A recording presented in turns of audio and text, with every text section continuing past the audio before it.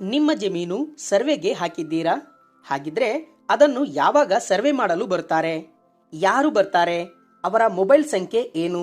ನಾವು ಸಲ್ಲಿಸಿರುವ ಸರ್ವೆಗೆ ಅಂದರೆ ಹದ್ದುಬಸ್ತು ಆಗಿರಲಿ ಅಥವಾ ಪೋಡಿ ಆಗಿರಲಿ ಅಥವಾ 11E ಆಗಿರಲಿ ಅಥವಾ ಫಾರಂ ನಂಬರ್ 10ಗಾಗಿ ಅಥವಾ ಪಹಣಿ ಜಮೀನುಗಳು ಪ್ರತಿಯೊಬ್ಬರ ಹೆಸರಿಗೆ ಪ್ರತ್ಯೇಕ ಮಾಡಲು ಅರ್ಜಿಯನ್ನ ಹಾಕಿದ್ದರೂ ಕೂಡ ಯಾವ ಆಫೀಸರ್ ಬಳಿ ಈ ಒಂದು ಅರ್ಜಿ ಇದೆ ಅನ್ನೋದನ್ನು ಕೂಡ ಈ ಒಂದು ನಮ್ಮ ಒಂದು ಫೈಲ್ ಆಗಿರಲಿ ಅಥವಾ ಯಾವುದೇ ಒಂದು ಫೈಲು ಯಾರ ಬಳಿ ಇದೆ ಅನ್ನೋದನ್ನು ಪ್ರತಿ ಹಂತಗಳು ನೀವು ನಿಮ್ಮ ಮೊಬೈಲ್ನಲ್ಲಿಯೇ ಚೆಕ್ ಮಾಡಬಹುದು.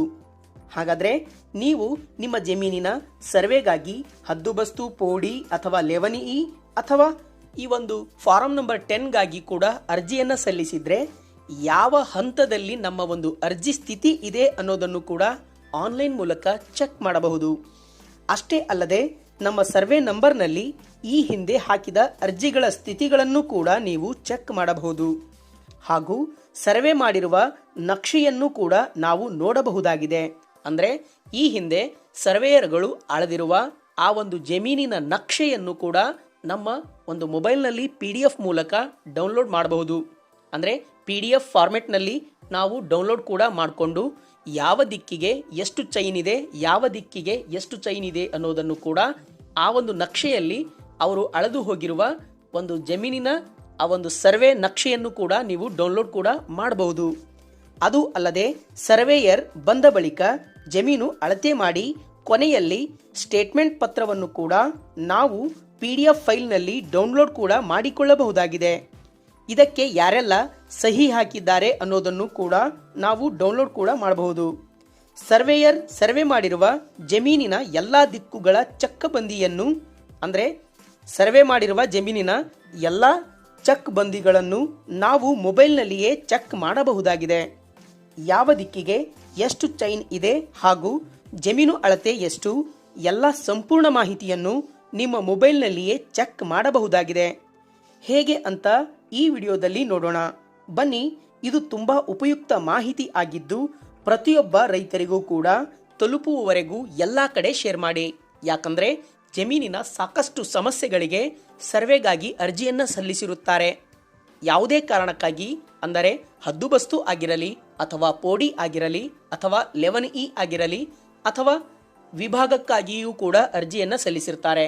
ಒಂದೇ ಪಹಣಿಯಲ್ಲಿ ಅಣ್ಣ ತಮ್ಮಂದಿರ ಅಥವಾ ಚಿಕ್ಕಪ್ಪ ದೊಡ್ಡಪ್ಪರ ಹೆಸರುಗಳು ಇರುವುದರಿಂದ ಅದನ್ನು ವಿಭಾಗ ಮಾಡಿಕೊಳ್ಳಲು ಕೂಡ ಅರ್ಜಿಯನ್ನ ಸಲ್ಲಿಸಿರ್ತಾರೆ.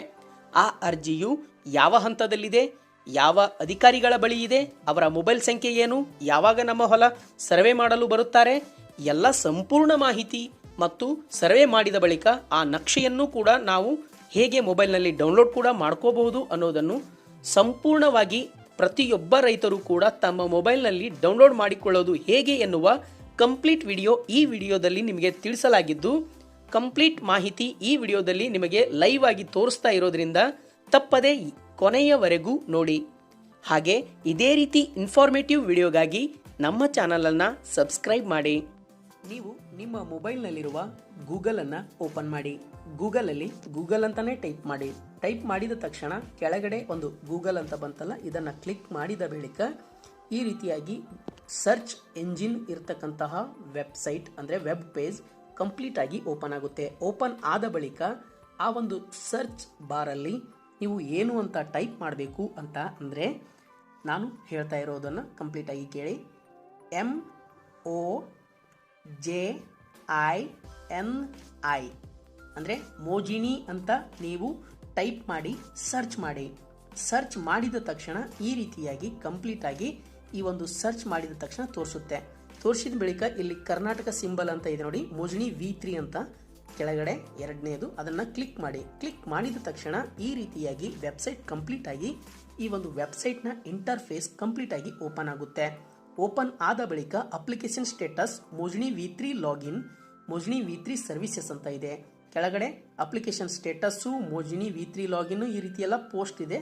ನಾವು ಈ ಒಂದು ಅಪ್ಲಿಕೇಶನ್ ಈ ಒಂದು ಸ್ಟೇಟಸ್ ಅಂತ ಇಲ್ಲ, ಇದ್ರ ಮೇಲೆ ನಾನು ಕ್ಲಿಕ್ ಮಾಡ್ತೇನೆ. ಕ್ಲಿಕ್ ಮಾಡಿದ ತಕ್ಷಣ ಈ ರೀತಿಯಾಗಿ revenue department survey settlement and land records ಅಂತ ಇದೆಯಲ್ಲ, ಇದು ಕಂಪ್ಲೀಟ್ ಆಗಿ ವೆಬ್ ಪೇಜ್ ಓಪನ್ ಆಗುತ್ತೆ, ಅಂದರೆ ವೆಬ್ಸೈಟ್ ಓಪನ್ ಆಗುತ್ತೆ. ಓಪನ್ ಆದಮೇಲೆ ನೀವು ಸರ್ವೆಗೆ ಹಾಕಿರ್ತಕ್ಕಂತಹ ಅರ್ಜಿ ಸಂಖ್ಯೆಯಿಂದ ಬೇಕಾದರೆ ಇಲ್ಲಿ ಹಾಕಿ ಸರ್ಚ್ ಮಾಡಬಹುದು, ಅಥವಾ ಅರ್ಜಿದಾರರ ಮೊಬೈಲ್ ಸಂಖ್ಯೆ ಇಲ್ಲಿ ಹಾಕಿ ಸರ್ಚ್ ಮಾಡಬಹುದು, ಅಥವಾ ಸರ್ವೆ ನಂಬರನ್ನು ಸೆಲೆಕ್ಟ್ ಮಾಡಿಕೊಂಡು ಹಾಕ್ಬೋದು. ಅಂದರೆ ನೀವು ಒಂದು ಜಿಲ್ಲೆಯನ್ನು ಸೆಲೆಕ್ಟ್ ಮಾಡ್ಕೊಳ್ಳಿ, ಆಮೇಲೆ ತಾಲೂಕನ್ನು ಸೆಲೆಕ್ಟ್ ಮಾಡ್ಕೊಳ್ಳಿ, ಹುಬ್ಳಿ ಸರ್ಕಲನ್ನು ಸೆಲೆಕ್ಟ್ ಮಾಡಿಕೊಂಡು ಮತ್ತು ವಿಲೇಜನ್ನು ಸೆಲೆಕ್ಟ್ ಮಾಡಿಕೊಂಡು ನೀವು ಸರ್ವೆ ನಂಬರನ್ನು ಎಂಟ್ರಿ ಮಾಡಿ ಗೋ ಅಂತ ಕ್ಲಿಕ್ ಮಾಡಿ. ಅದರಲ್ಲಿ ಸರ್ನಾಕ್ ಇದ್ರೆ ಸರ್ನಾಕ್ ಬರುತ್ತೆ, ಆಮೇಲೆ ಹಿಸ್ಸಾ ಇದ್ರೆ ಹಿಸ್ಸಾ ಬರುತ್ತೆ. ಈ ಒಂದು ಸರ್ವೆ ನಂಬರಲ್ಲಿ no applications are reissued for this survey number in Mojini ಅಂತ ಬರ್ತಾ ಇದೆ. ಅಂದರೆ ಈ ಒಂದು ಸರ್ವೆ ನಂಬರಲ್ಲಿ ಯಾರೂ ಕೂಡ ಅರ್ಜಿಯನ್ನು ಸಲ್ಲಿಸಿಲ್ಲ. ಬೇರೆ ಸರ್ವೆ ನಂಬರ್ ಏನಾದರೂ ಹಾಕಿ ಚೆಕ್ ಮಾಡೋಣ. ಈ ರೀತಿಯಾಗಿ ನೀವು ಕೂಡ ನಿಮ್ಮ ಒಂದು ಜಮೀನಿನ ಅಥವಾ ಅಕ್ಕಪಕ್ಕದಲ್ಲಿರುವ ಜಮೀನಿನ ಸರ್ವೆ ನಂಬರ್ಗಳಲ್ಲಿ ಯಾರಾದರೂ ಹದ್ದುಬಸ್ತಿಗೆ ಅರ್ಜಿ, ಪೋಡಿಗಾಗಿ ಅರ್ಜಿ, ಅಥವಾ ವಿಭಾಗಕ್ಕಾಗಿ ಅರ್ಜಿ, ಫಾರಂ ನಂಬರ್ 10ಗಾಗಿ ಅರ್ಜಿ, 11E ಅರ್ಜಿ ಹೀಗೆ ಹಾಕಿದ್ರೆ ಆನ್ಲೈನ್ ಮುಖಾಂತರ ಆ ಒಂದು ಅರ್ಜಿಯನ್ನ ಸ್ಲಿಪ್ ಇಟ್ಕೊಂಡು ಬೇಕಾದ್ರೆ ಚೆಕ್ ಮಾಡಬಹುದು, ಅಥವಾ ಅವರ ಒಂದು ಮೊಬೈಲ್ ಸಂಖ್ಯೆಯನ್ನು ಎಂಟ್ರಿ ಮಾಡಿ ಬೇಕಾದ್ರೆ ಚೆಕ್ ಮಾಡಬಹುದು. ಅದೇನು ಮೊಬೈಲ್ ಸಂಖ್ಯೆ ಹಾಕಿದ ಬಳಿಕ OTP ಏನು ಕೇಳೋದಿಲ್ಲ. ಡೈರೆಕ್ಟಾಗಿ ಅದು ಅರ್ಜಿ ಅವ್ರ ಮೊಬೈಲ್ ನಂಬರಿಂದ ಆ ಒಂದು ಮೊಬೈಲ್ ನಂಬರ್ ಇಟ್ಕೊಂಡು ಅರ್ಜಿ ಯಾರು ಹಾಕಿರ್ತಾರ ಆ ಒಂದು ಅರ್ಜಿಯನ್ನು ಓಪನ್ ಆಗುತ್ತೆ. ಅದೆಲ್ಲ ಗೊತ್ತಿಲ್ಲ ಅಂತಂದರೆ ಡೈರೆಕ್ಟಾಗಿ ಜಿಲ್ಲೆ, ತಾಲೂಕು, ಹುಬ್ಳಿ ಮತ್ತು ವಿಲೇಜ್ ನೇಮು, ಸರ್ವೆ ನಂಬರನ್ನು ಹಾಕ್ಕೊಂಡು ಚೆಕ್ ಮಾಡಬಹುದು. ನಾನು ಈ ಒಂದು ವಿಲೇಜನ್ನು ಹಾಕ್ತಾ ಇದ್ದೇನೆ. ಸರ್ವೆ ನಂಬರ್ ಎಂಟ್ರಿ ಮಾಡಿ ಗೋ ಅಂತ ನಾನು ಕ್ಲಿಕ್ ಮಾಡಿದೆ. ನೋಡಿ, no applications are reissued for this survey number in Mojini ಅಂತ ಬಂತು. ಹೀಗೆ ನಾನು ಟ್ರೈ ಮಾಡಿದ ಬಳಿಕ ಕೂಡ ಈ ಒಂದು ಸರ್ವೆ ನಂಬರ್ಗಳಲ್ಲಿ ಯಾರೂ ಕೂಡ ಅರ್ಜಿಯನ್ನು ಹಾಕಿಲ್ಲ. ಹಾಗಾಗಿ ನಾನು ಮತ್ತೊಂದು ಸರ್ವೆ ನಂಬರನ್ನು ಹಾಕಿ ಗೋ ಅಂತ ಕ್ಲಿಕ್ ಮಾಡಿದೆ. ನೋಡಿ ಬಂತು. ನೋಡಿ, ಈ ಒಂದು ಸರ್ವೆ ನಂಬರ್ಲಿ ಅರ್ಜಿ ಹಾಕಿದ್ದಾರೆ. ಸರ್ನಕನ್ನು ಸೆಲೆಕ್ಟ್ ಮಾಡಿಕೊಂಡು ಹಿಸ್ಸಾನ ಸೆಲೆಕ್ಟ್ ಮಾಡಿಕೊಂಡು ಗೆಟ್ ಸ್ಟೇಟಸ್ ಮೇಲೆ ನಾನು ಕ್ಲಿಕ್ ಮಾಡ್ತಾ ಇದ್ದೇನೆ. ನೋಡಿ ಬಂತು. ನೋಡಿ ಕೆಳಗಡೆ ಈಗ ಬಂತು. ನೋಡಿ, application number, track status, taluka name, village name, types of application ಅಂದರೆ ಯಾವುದು ಅರ್ಜಿಯನ್ನು ಹಾಕಿದ್ದಾರೆ ಅಂತ, ಹದ್ದುಬಸ್ತು ಅಂತ ಇದೆ. ನೋಡಿ, ಸರ್ವೆ ನಂಬರ್ ಇದೆ, ಅಪ್ಲಿಕೇಶನ್ ಡೇಟ್ ಇದೆ, ಯಾವಾಗ ಡೇಟ್ ಅರ್ಜಿ ಹಾಕಿರೋದು, ಮತ್ತು ಅಪ್ಲಿಕೆಂಟ್ ನೇಮ್ ಇದೆ, ಯಾರು ಅರ್ಜಿ ಹಾಕಿದ್ದಾರೆ ಅನ್ನೋದು, ಮತ್ತು ಅವರ ಒಂದು ಅರ್ಜಿದಾರರ ಮೊಬೈಲ್ ಸಂಖ್ಯೆ ಇದೆ. ನೋಡಿ ಕೆಳಗಡೆ ಕೊನೆಯ 4 ನಂಬರ್ ಇದೆ. ನಾನು ಬೇರೆ ಒಂದು ಹಿಸ್ಸಾನ ಸೆಲೆಕ್ಟ್ ಮಾಡ್ಕೊಳ್ತಾ ಇದ್ದೇನೆ. ಗೆಟ್ ಸ್ಟೇಟಸ್ ಮೇಲೆ ಕ್ಲಿಕ್ ಮಾಡಿದ ಬಳಿಕ ಕೆಳಗಡೆ ಬಂತು. ನೋಡಿ, ಮತ್ತೆ ಅಪ್ಲಿಕೇಶನ್ ನಂಬರ್ ಬಂದಿದೆ. ಟ್ರ್ಯಾಕ್ ಸ್ಟೇಟಸ್ ಮೇಲೆ ನಾನು ಕ್ಲಿಕ್ ಮಾಡ್ತಾ ಇದ್ದೇನೆ.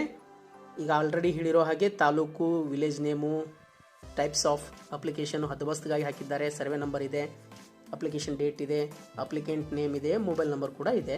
ನಾನು ಟ್ರ್ಯಾಕ್ ಅಪ್ಲಿಕೇಶನ್ ಸ್ಟೇಟಸ್ ಮೇಲೆ ಕ್ಲಿಕ್ ಮಾಡಿದ ಬಳಿಕ ಈ ರೀತಿಯಾಗಿ ಓಪನ್ ಆಯ್ತು. ನೋಡಿ, ಆ ಒಂದು ಅಪ್ಲಿಕೇಶನ್ ಸ್ಟೇಟಸ್ಸು ಅಂದರೆ ಅರ್ಜಿ ಯಾವಾಗ ಹಾಕಿದ್ದಾರೆ, ಯಾವ ಅಧಿಕಾರಿ ಬಳಿ ಯಾವ ದಿನಾಂಕದಂದು ಆ ಅರ್ಜಿ ಇತ್ತು ಅನ್ನೋದನ್ನು, ಯಾವಾಗ ಅದು ಕಂಪ್ಲೀಟ್ ಆಯಿತು, ಕಂಪ್ಲೀಟ್ ಆಗಿ ಮತ್ತೆ ಯಾವ ಅಧಿಕಾರಿಗಳ ಬಳಿ ಹಂತದಲ್ಲಿ ಬಾಕಿ ಇದೆ, ಅವರ ಒಂದು ಮೊಬೈಲ್ ನಂಬರ್ ಅಂತ ಕೂಡ ಕಾಲಮ್ ಇದೆ. ನೋಡಿ, ಆ ಮೊಬೈಲ್ ನಂಬರ್ ಕೂಡ ಇರುತ್ತೆ, ಅವರ ಹೆಸರು ಕೂಡ ಇರುತ್ತೆ ಆ ಸೈಡಲ್ಲಿ.